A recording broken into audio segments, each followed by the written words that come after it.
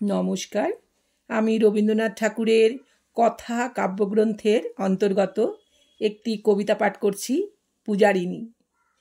কথা ও কাহিনী এই কাব্যগ্রন্থ দুইটি 1900 সালে রচিত হয়েছিল।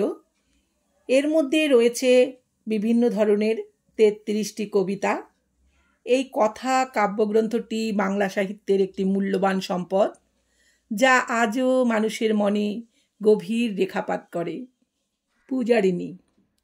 সেদিন শারদ্দিবা অবসান, শ্রীমতী নামে যে দাসী পূর্ণ শীতল সলিলে নাহিয়া, পুষ্প প্রদীপ থালায় বাহিয়া, রাজ মহিষীর চরণে চাহিয়া নীরবে দাঁড়ালো আসি।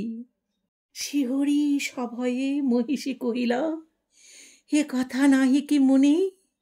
অজাত শত্রু করেছে রটনা, স্তূপে যে করিবে অর্ঘ্য রচনা, শুলের উপরে মরিবে সে জনা, অথবা নির্বাসনী। সেথা হতে ফিরি গেল চলি ধীরে বধূ আমি তার ঘরে। সম্মুখে রাখিয়া স্বর্ণ মুকুট, বাঁধিতেছিল সে দীর্ঘ চিকুর, আঁকিতেছিল সে যত্নে সিঁদুর, সীমান্ত সীমা পরে। শ্রীমতীরে হেরি বাকি গেল তার রেখা, কাঁপি গেল তার হাত। কহিল, অবোধ, কি সাহস বলে এনেছিস পূজা? এখনই চলে যা, কে কোথা দেখিবে, ঘটিবে তাহলে বিষম বিপদপাত। হস্ত রবির রশ্মি আভায় খোলা জানালার ধারে, কুমারী শুক্লা বসি একাকিনী, পড়িতে নিরত কাব্য কাহিনী। চমকে উঠিল, শুনি কিঙ্কিনী চাহিয়া দেখিল দ্বারে, শ্রীমতীরে হেরি পুঁথি রাখি ভূমে। দ্রুত পদে গেল কাছে, কহে সাবধানী তার কানে কানে, রাজার আদেশ আজি কে না জানে, এমন করে কি মরণের পানে ছুটিয়া চলিতে আছে। দ্বার হতে দ্বারে ফিরিল শ্রীমতী, লইয়া অর্ঘ্য থালি।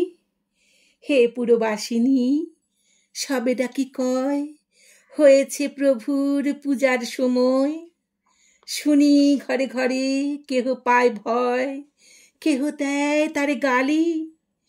দিবসের শেষ আলোক মিলালো নগর সৌধ পরে, পথ জনহীন আধারে বিলীন, কলকোলাহল হয়ে এলো ক্ষীণ। আরতি ঘণ্টা ধ্বনিল প্রাচীন রাজ দেবালয় ঘরে। শারদ নিশির স্বচ্ছ তিমিরে তারা অগণ্য জলে, সিংহ দুয়ারে বাজিল বিষান, বন্দিরা ধরে সন্ধ্যার তান। মন্ত্রণা সভা হলো সমাধান, দাড়ি ফুকারিয়া বলে, এমন সময় হেরিলা চমকি প্রাসাদে প্রহরী যত। রাজার বিজন কানন মাঝারে, স্তূপ পদমূলে গহন আধারে। জ্বলিতেছে কেন যেন সাড়ে সাড়ে প্রদীপ মালার মতো। মুক্ত কৃপানে পুরো রক্ষক তখনই ছুটিয়া আসি। শুধালো, কে তুই ওরে দুর্মতি, মরিবার তরে করি সারতি? মধুর কণ্ঠে শুনিল শ্রীমতী, আমি বুদ্ধের দাসী।